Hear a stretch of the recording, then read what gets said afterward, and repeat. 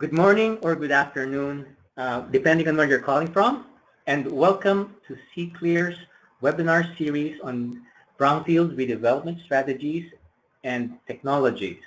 I'm Ignacio Dairit, and I am joined here at C-Clear headquarters by Erica and Will. Welcome. Good morning, everyone. Good morning. Before we begin, we have a few housekeeping items to share and some polling questions. First, we are with the Center for Creative Land Recycling. We're a nonprofit based in Oakland, California, with offices in New York and Washington, D.C.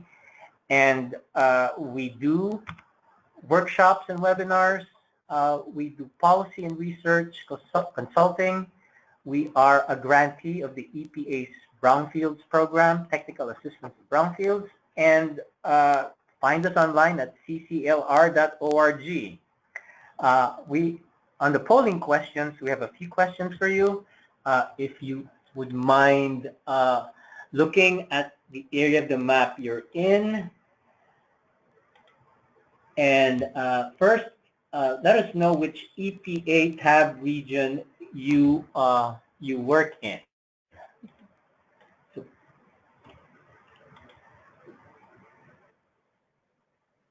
Okay, so results are coming in, and looks like, how many are we? So we got half, more than half from the C-Clear area. We have about 20% from the Kansas State University area and 22% from the New Jersey Institute of Technology area. Thank you. The second polling question is, what sector do you work in?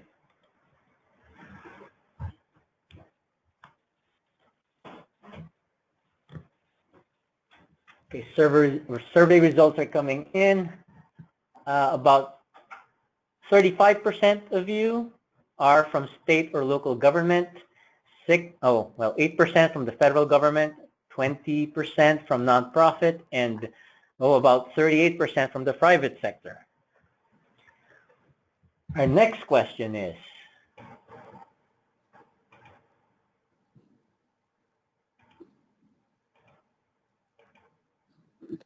how many years have you been working in the land reuse field?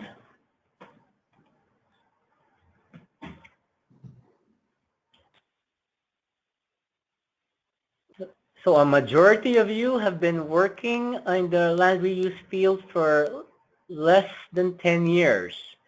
And we have quite a few experts there, about 20%. So a wide range. Thank you.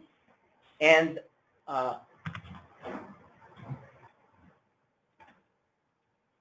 for today's presentation, we are talking about developer math.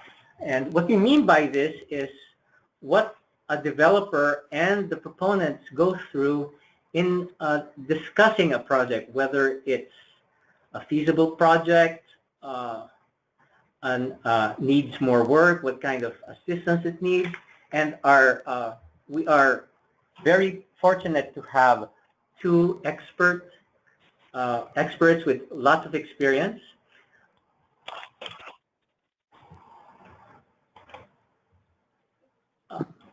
Patricia Beard is with the city of Tacoma, and previous to that, she was with the cities of National City and Chula Vista in California, and she also worked for the state of Ohio.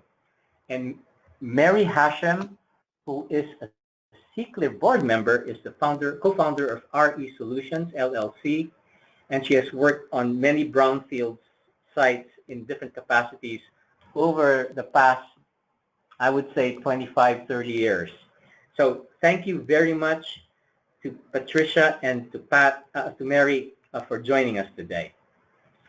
Now, the way we're going to do this workshop, webinar, is we will present 3 sites.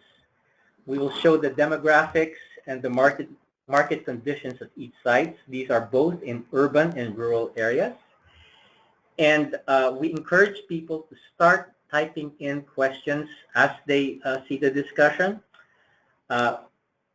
After I present the slides, we will have a polling question to get the opinion of the attendees of what they think of this site.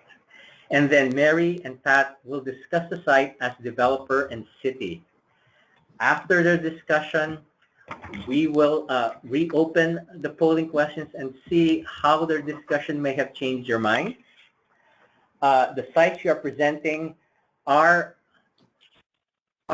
fictitious, although they are based on real places and real buildings. It's just that they're not exact buildings in those areas. So any connection to real sites is coincidental.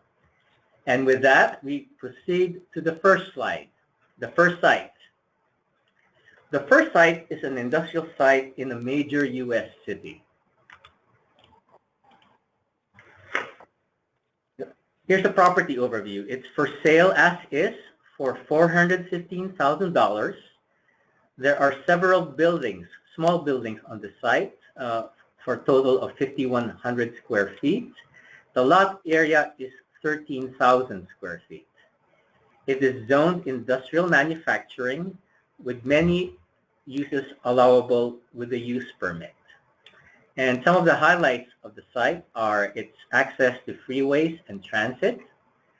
It's a changing, evolving neighborhood, and it's adjacent to an indoor rock climbing and rafting and cafes. That might tell you a bit about what the neighborhood's changing into.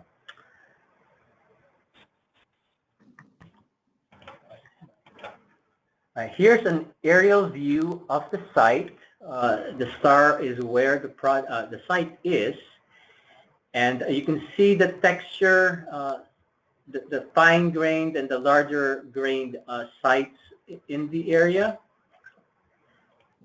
And here is an overlay of what the zoning allows. So as you can see, there's a Main Street urban, a couple of blocks on the side. There's mixed light industrial and light industrial. Next slide. Here's the immediate neighborhood. There is a light rail stop, and there are 2 arterials nearby. It's 1.5 miles from downtown, and the buildings have good bones. The community wants a grocery store, and the city prefers housing. There have been phase 1s and 2s on the site. They found lead and asbestos. There are suspected tanks on the site which were not fully assessed in the phase 1. I mean, in the phase 2. It is an industrial area. The seller wants indemnification for any contaminants that may be found on the site, and the city does have funds available for additional assessments. Here's some market information. There are 6,100 households within 1 mile, and 85 within 3 miles, and 212,000 households within 5 miles. There are the corresponding household size, household income, home values, and population, and median age information as well. It is a pretty dense urban area, and as you can see, the average household incomes increase as you go farther, and the household sizes increase as well. Home value is kind of stable between 3 and 5 miles, indicating stability in the household market. And again, there's 500,000 people within that catchment area. Median age increases slightly as you go farther from the site. So that's a description of the site. We're going to open the polling questions now. What do you think? Quick blush. For the audience, what do you think? Is this something you would want to proceed with? Perhaps no way, or do you want more information?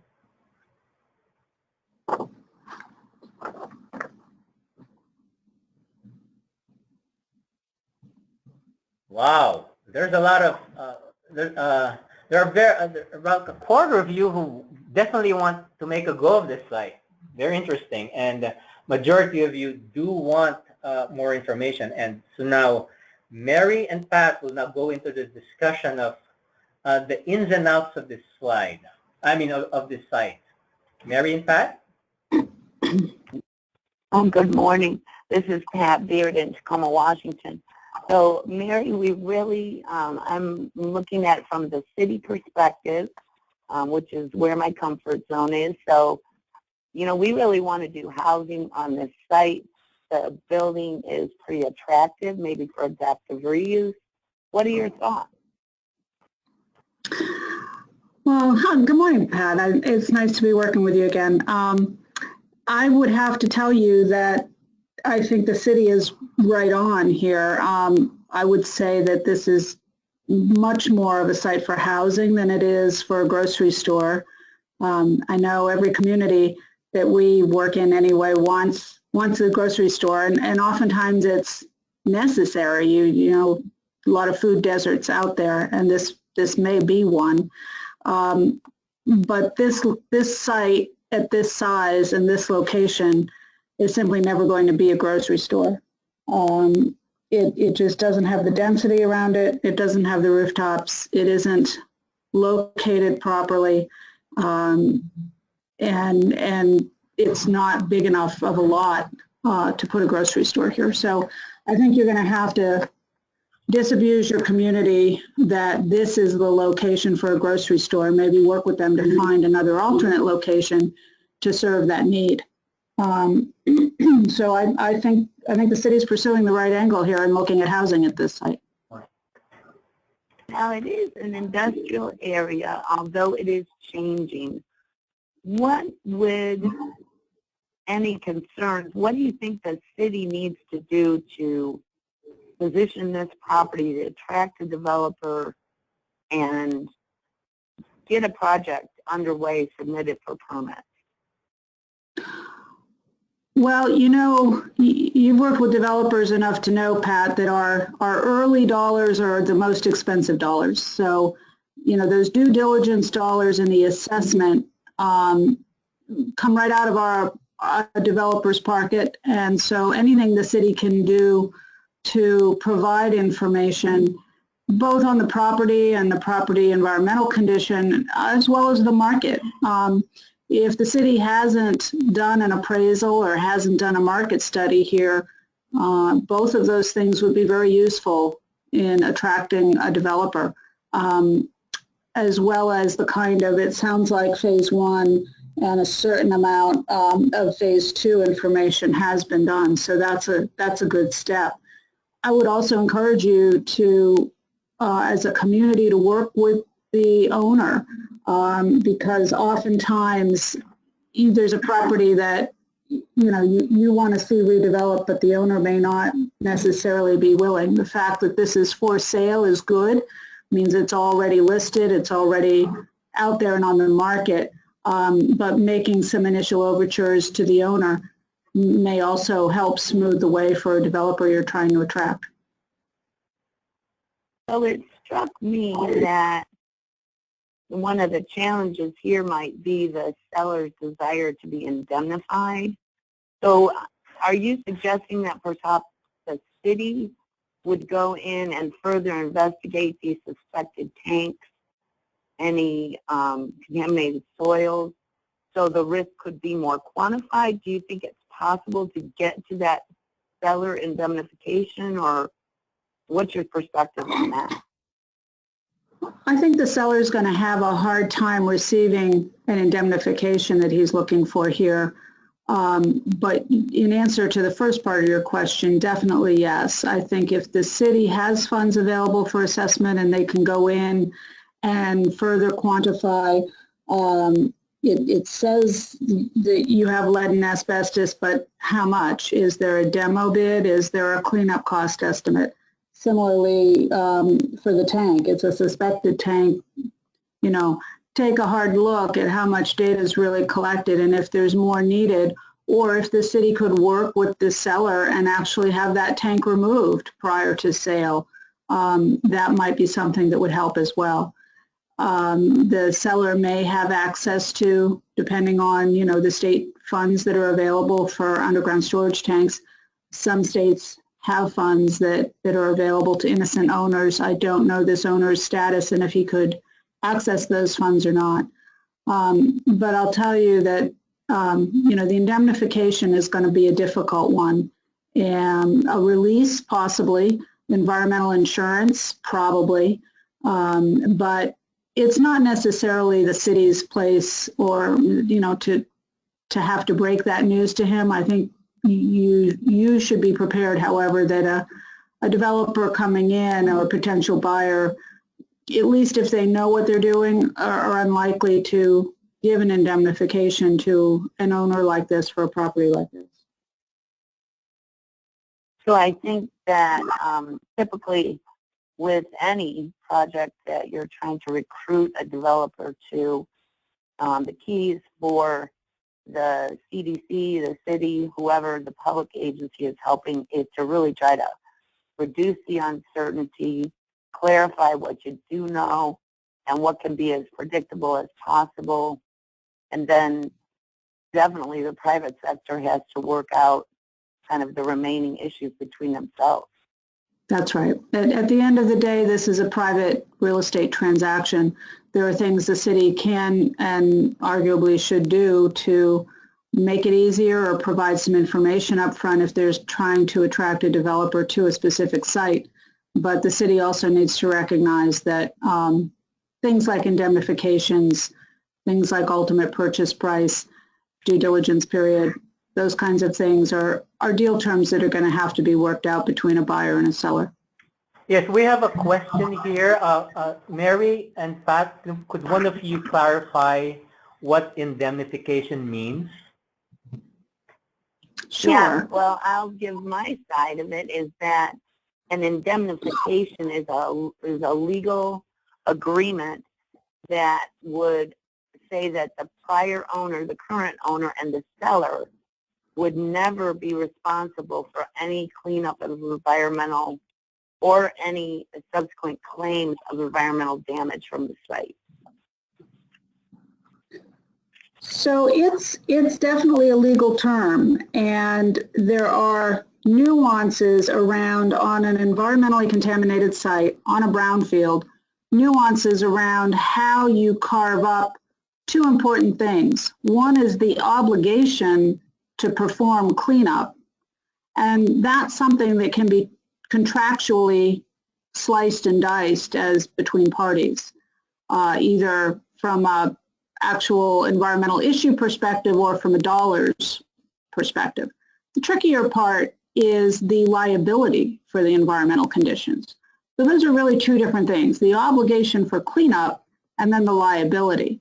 Any buyer of a contaminated site immediately steps into owner-operator circle of liability for the environmental conditions that are there when he buys it. That's why there's things like ASTM standards for site assessments in order to qualify for certain releases of that kind of liability. In a purchase and sale contract for a contaminated property, you will often see different forms of allocation of that environmental liability as between buyer and seller. And indemnification is pretty much the broadest, strongest transfer of liability from one party to another. There are some cases where a seller will indemnify a buyer. In this case, the seller is looking to be indemnified by the buyer. And that's become more and more unusual. And it does say that, in addition to saying, so in a release, it would be a buyer coming in and releasing the seller would say, hey, if somebody sues me over the environmental, I'm not going to go after you. I'm going to release you. But in an indemnification, the buyer is saying, hey, if someone comes after you, Mr. Seller, for an environmental issue, I'm going to defend you for that. I'm going to indemnify you against any claims someone else down the road might bring against you for your historic ownership or operation of that property. That's kind of a big ask, especially on a little site. So that's the simplest way I can think to describe the difference between a release and an indemnification. Yes, we're ready to receive any questions from the audience, and we'll give you a couple of seconds. And Pat and Mary, you can continue. We'll bring up the question if something comes up, and if not, we will proceed to the second site. So Mary, as a consultant and a developer, are there any things the city in trying to market this site needs to worry about the fact that the area is industrial? Would there be any environmental justice or similar concerns that we should be addressing or at least considering before we start pushing this site out? Sure. I mean, I think you'd want to know your neighborhood, right? You said it's gentrifying, it's changing, demographics are changing, which on the one hand make it good for housing, maybe make it bad for tax base.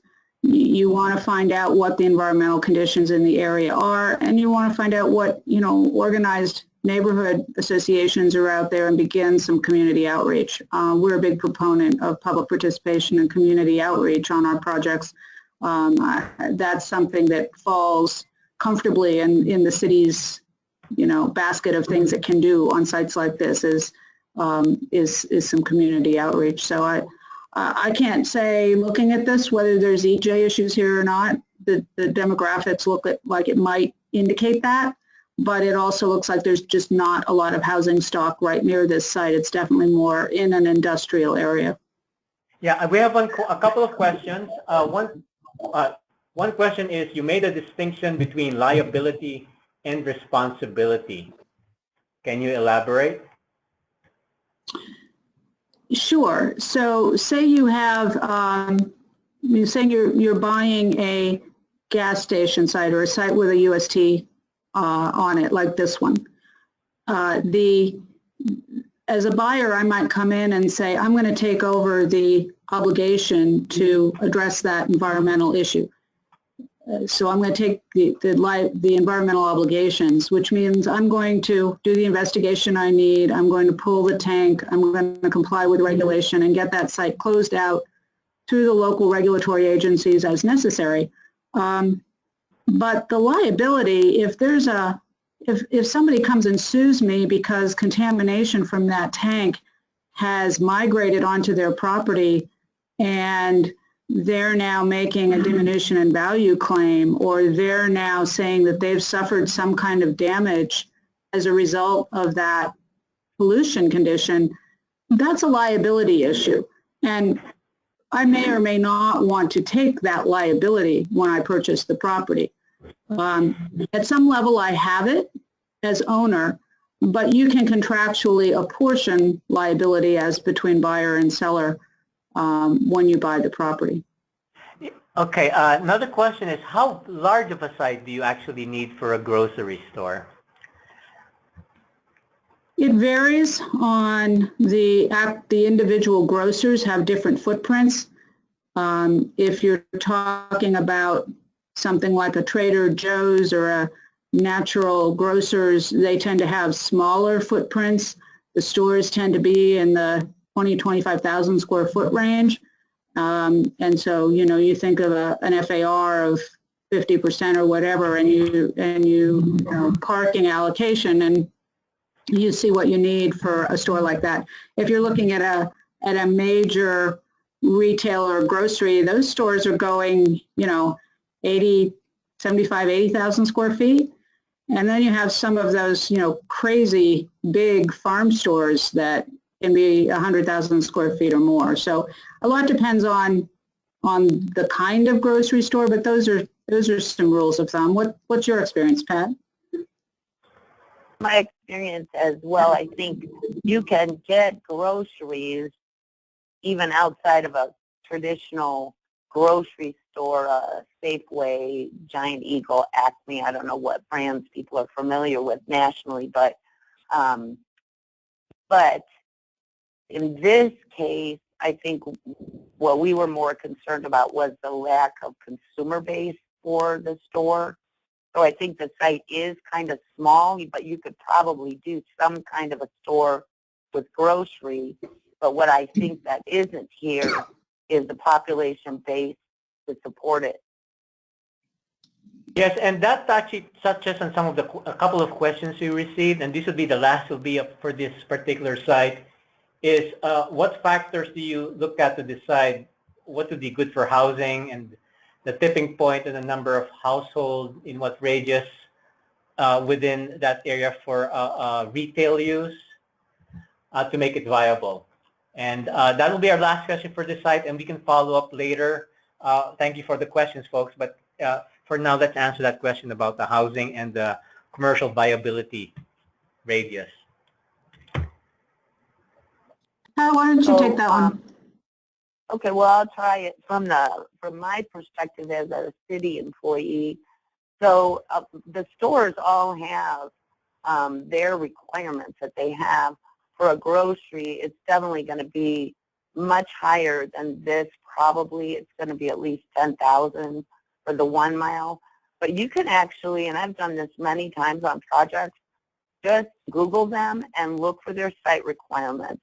And many of the companies are very, very transparent about what their requirements are. So if your city council wants to attract Trader Joe's, just say, although I've never looked them up, you may well be able to find out exactly the size of site, the shape of a building if it's an existing building, the kind of population, the financial demographics, all of the things they're looking for. If not finding on the web, you can find out who their broker representative is, even if not in your area, wherever, and you can call that broker, and they'll be happy to tell you what kind of sites they're looking for. Mm-hmm. Yeah, that's exactly right. On the housing, but maybe, Mary, you could elaborate on the housing. I think the answer on the retail is exactly right, and it'll vary for other kinds of retail, not just grocery, but it's very similar. On the housing, what you're going to be looking at is demographics and velocity in the market. So how fast is that market area growing? What kind of demand is there for housing, and at what price point? For sale versus for rent? Are you looking at an affordable or a market rate product? And those are the kinds of questions the developers will be asking themselves coming in and looking at a property, and it's usually answered by a market study. And you could tailor a market study request that would look at housing versus retail opportunities at a particular location. Or it would be like two mini market studies, one focused on housing and one focused on retail. But that's how you get the information to make that decision.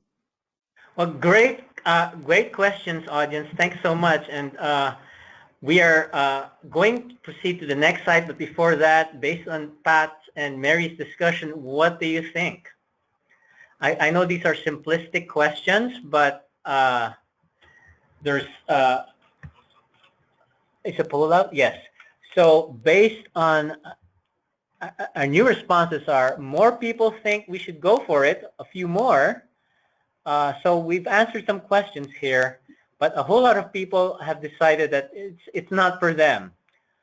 So only half of you have voted though, so I guess the rest are really, we can put to the undecided. So a lot of you still seem undecided, and that's pretty reasonable. I guess once we get the market study, a lot of you will be closer to a decision point. So our next site is an industrial site in a large metro area. This is not in the main city, but in one of the, I wouldn't call it a satellite city, but there are several big cities in this metro area. And this property is a brownfield site. It's been vacant for many, many years. It is not for sale. But it's got really beautiful historic buildings. I think we saw the slide on the previous slide. There are also some tilt-ups. So the historic buildings are 155,000 square feet, and the tilt-ups are about 90,000 square feet. And the lot area is 25 acres. It's zoned industrial manufacturing with many allowed uses by a use permit. It's got access to highways and transit. Again, this is another changing neighborhood, but the neighborhood does need housing and jobs. And so here's a picture, an aerial of the site, and you can see there are many large industrial sites, as well as many fine grades. Those are probably housing and some apartments all around it. Next slide. And these are the amenities, I would say. There are 2 transit stops nearby. That's about a mile in each direction, closer for the other one. An interstate and a state highway and major arterials as well. It's 5 miles from its downtown. As I said, the building has good bones. The site has been assessed. There are institutional controls for no residential, and that would be because it's probably safe for some manufacturing, but definitely not residential with any additional work. There are PCBs and VOCs that have been found on the site. There is a cleanup order on the site, and it's in an industrial area. The city has funds available for site assessments, and it's we're not sure the seller is willing to sell. It seems like since it's a larger corporation that owns it, they might be willing to they'll entertain an offer, but a large firm is very sophisticated, and it is air, land, and sea ready.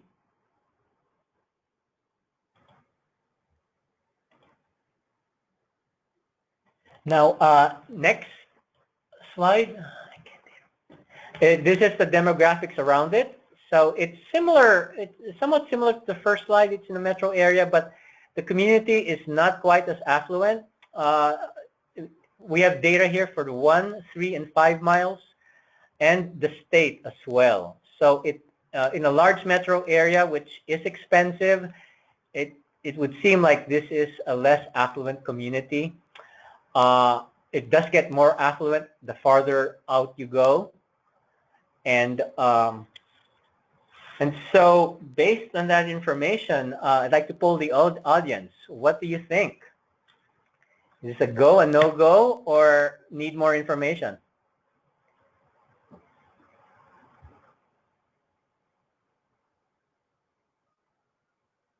As expected, everyone wants more information because this is a complicated site, and Mary and Pat will get into it now. Mary, Pat? Well, this is a great site, Mary. I mean, it's 25 acres. It's awesome. And the community really wants this historic building that was shown on the initial slide, really wants this preserved. Adaptive reuse possible, but we really want to keep that iconic building in our community. And we need a job center, and this seems like big enough to get one. So what I'm looking for is property's not for sale. How am I going to solicit a really good offer for a really good project that is going to make this elsewhere anchored major corporation entertain the idea of selling this property to a developer? I know in my experience, sometimes when you're working with some of these corporately owned properties, on a local level, it doesn't make a lot of sense that they stay vacant, but obviously at the corporate headquarters, it's not a real issue, and so you need to get their attention with something great. So I was wondering what your thoughts were about how to attract that offer and that development plan.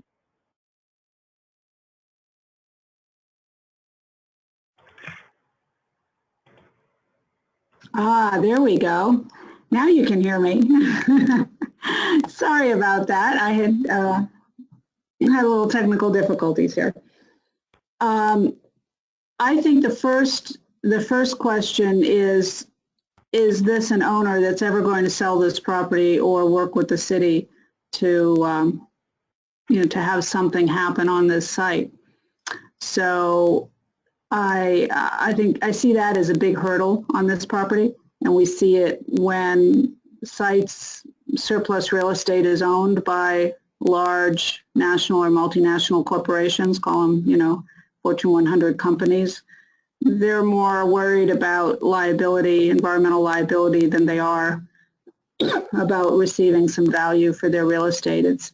They perceive it as being cheaper and safer for themselves to basically put a fence around it and sit on a site, which is what it sounds like has happened on this property. Attracting a developer will be a challenge for the city to a site like this if the owner is not willing to at least come to the table and entertain some discussion about selling the property or participating in a redevelopment.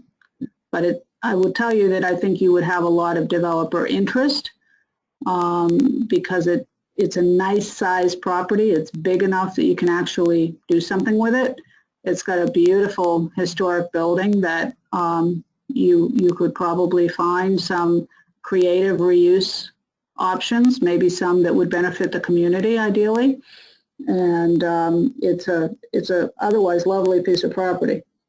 Yes, and just to clarify for the audience, the historic buildings are masonry and brick, and a tilt-up is essentially an industrial type building for storage or manufacturing. It could be made, have steel cladding, not, some of them are sturdy and then some of them are temporary, but they're not quite of the same level as a historic building.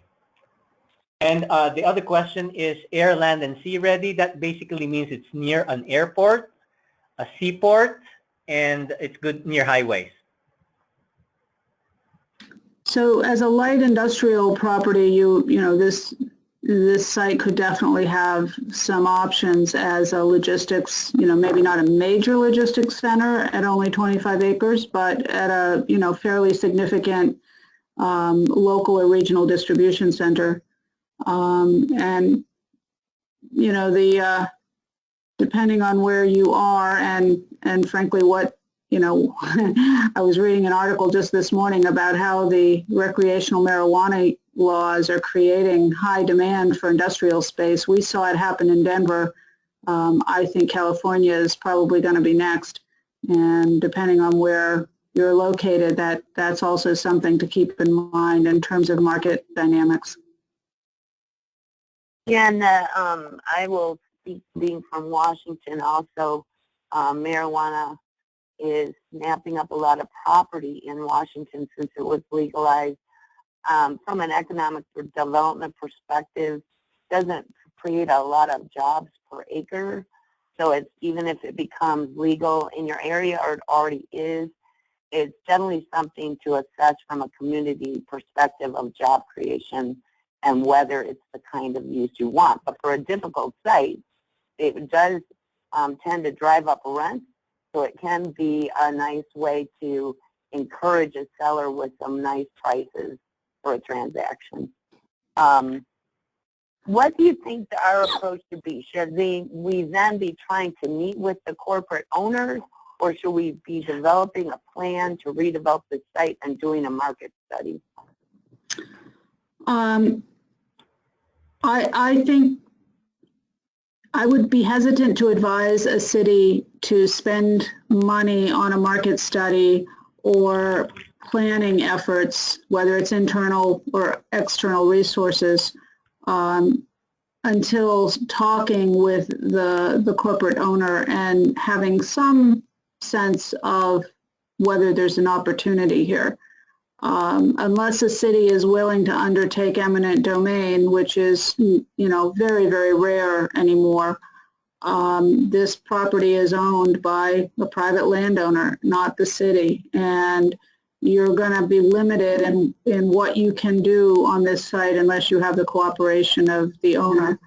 So I would say that's probably the first outreach step, is to see if there is something, if that industrial owner has other operations in the city, if there's some, quid pro quo, if you will, if there's some concessions the city is willing to make for this owner in other areas or at their other locations, or if there are, if you're in a state that has certain liability protections over environmental conditions where an innocent purchaser coming in might be able to get favorable liability treatment, and that could have some sway with the owner. But I think you have to have that conversation first. Yeah, I have a couple of questions. Can I Yeah, I have a just couple. say one thing right before question? So you're saying the city should line up what it might have to offer and then schedule a meeting with the corporate executives. That's exactly right, Pat. You put it much better than I did, yes. And thank you. There's a question about whether a long-term land lease will work for this kind of site. And the second is, it's a technical issue as to PCBs, whether it matters if it's in the soil or water or both. From a development perspective, the long-term land lease can absolutely work. You know, a 100-year land lease is considered legally essentially equivalent to ownership. You can attract investment, you can do development on a land lease basis. So that's definitely an option. On the PCB question, if you've got PCBs, you're in an entirely different regulatory regime, and it absolutely matters if there are PCBs in soil or groundwater or building materials. There are many kinds of concrete that have PCBs in them, and if you're planning to use crushed concrete as fill on your site, particularly if you're in New Jersey, you have to sample for them. In other places, it's prudent to. So PCBs always matter. All right. You know, we're getting a whole lot of questions, and looks like we need a part 2 to this webinar. But for now, we are going to have the polling questions. And while we're doing the poll, I will acknowledge the comment from the attendee as a representative of an owner. I do recognize that there are many corporate owners who are sort of responsible stewards of their land and are, you know, willing and interested in exit strategies. I was speaking from experience historically of, you know, some of the top petrochemical companies. Even they, over time, I believe, have softened their "we will never sell our property, we can never transfer our liability" positions. We have done deals with those folks. It can be more difficult, but it's definitely possible. And not all corporations take that position. There are many who recognize the value of returning land to productive use in the community they once served. Yes, and that is true. There's, property owners do vary across the board. There are very many cooperative ones, and the polling questions are in, and a quarter think they should go with it. 15%, 16% no go, and half of you still need more info, and how many didn't answer? And half really aren't quite sure. So I guess we still a lot more information needed on this site. I guess about 75% of the folks really have doubts. Our third site is in an agro-industrial site in a rural town. And the city acquired the site in tax arrears. There are several buildings on the site, a total of 125,000 square feet. It's 4.3 acres. It's city-owned, and the price is negotiable. And the price, there's not many comparables in the area, but there is a site about a mile from this which is selling for about $15,000 an acre. It's light industrial agricultural site and waterfront overlay. So there's a river right next to it, as you can see from the picture. There have been site assessments with feasible cleanup alternatives ranging from $500,000 to $1.5, and we're assuming that's based on the different land use types anticipated on the site. Here's a picture of the site looking towards town, and the main street is a a couple of blocks going on this picture, actually is above it. Next slide. And the other features, it's near Main Street, as we said. It's 10 miles to the nearest regional city.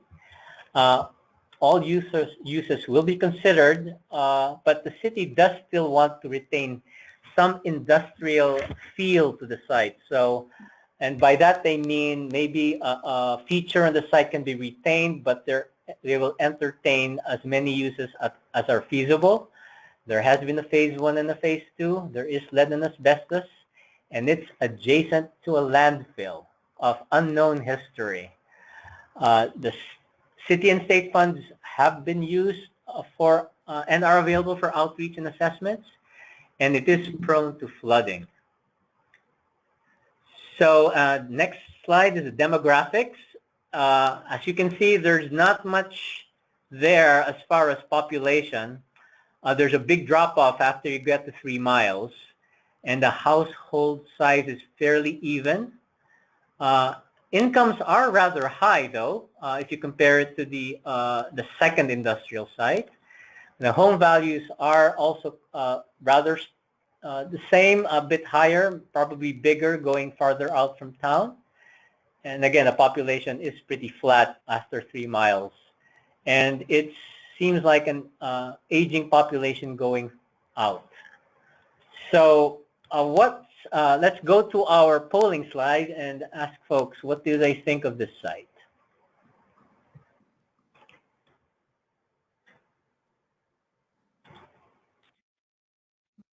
All right, we have about 20% as a go, about 35% as a no-go, and half of you need more information with how many people? With about 60% voting. So again, more information. That's what we have Mary and Pat here for. So Pat? Well, this is a really interesting site. I mean, it's very attractive. It's on a waterfront. What a great site. It strikes me that this might be one of those sites, since it seems like all uses will be considered and we're not getting a lot of direction on what the desired end use would be. This might be good for one of those technical assistance efforts where, whether you do it through ULI or a brownfield organization, for people from other areas to come in and give some technical advice on what the best uses might be. It's striking me that the preferred use and the feasible use needs to be figured out before you go too far, because that's going to drive your cleanup costs. Even if your city could afford to really write down the land value or extend out payment for the land, you need to get that cleanup cost verified so you can find out where you're going to get that money and get that cleanup done. Mary, what are your thoughts? Yeah, my immediate reaction to this is, wow, what a beautiful piece of property, and it's waterfront, and it's only worth $64,500 at $15,000 an acre, if in fact the comparable was also waterfront. Even assuming it wasn't, you know, you've got a piece of property that maybe is going to be worth $100,000 as raw land against a $500 to $1.5 million cleanup. That's the kind of upside down situation that calls for a lot of outside funding, a lot of creative thinking on cleanup, redevelopment, and reuse, wanting to find a use that can generate some tax dollars to reimburse the community for investment that they're going to have to make if they want to see this property redeveloped. I like your idea about approaching ULI or the American Architectural Foundation or the TAB providers to look at a case study or just a little mini group think tank that any of these organizations will pull together experts in the real estate planning and market study and transportation and environmental, and you'll get 3 to 5 people who can come together for a day or two and help give you some expert thoughts about feasibility and options for attacking the site. The financial is going to be a big hurdle here. If there's been state and city funds made available, take full advantage of those. Go find out what other funds there may be for either assessment or cleanup and use them to the max, because with the property values this low, you're definitely going to have to get an infusion of cash to get this site clean enough to use in some other way. Yes, Mary, is there enough information to know if this site is feasible for any kind of use, perhaps residential, and would the flood which extends about 10 feet into the property be a factor in any of those uses? It would absolutely be a factor, and certainly with the focus on resiliency and climate change right now, there are funds available simply to address that, to address stormwater improvements, to address protections of property like this. You would have to assume you're either going to have a use that will allow that part of the property to be flooded, or you're going to have to invest in bulkheads or in raising the site out of the flood zone. So that is an absolutely huge critical factor on a property like this. Well, we're getting close to the hour. Is there any last questions from Pat or the audience? I just think that mine isn't so much of a question, but just a comment that being that this is a rural community, and it's been many years since I worked in a rural community, but staff capacity has to be pretty squeezed in smaller areas where one person is expected to be the planner, the brownfield guru, and everything under the sun all in one person. So I'd really encourage people in these kinds of situations to reach out to folks like Ignacio in your area that can really connect you with people that can give you some good advice and increase your capacity for dealing with these kinds of sites. Yeah, take advantage of the tab providers in your region. They really do have funds available to help, and can point you to other resources as well. Well, so we've come to our last slide of the content presentation. So Mary and Pat, in closing. Well, thank you for the opportunity, Ignacio, and I totally agree with your final bullet point. I think it's just a lot of tenacity, endless learning, and determination, and never give up, and you'll see amazing results in your communities with your brownfield site. I'll echo what Pat said. Brownfields take a certain hard-headedness, persistence, and out-of-the-box thinking. They can be some of the most rewarding development projects you'll ever do as a professional in whatever your role is.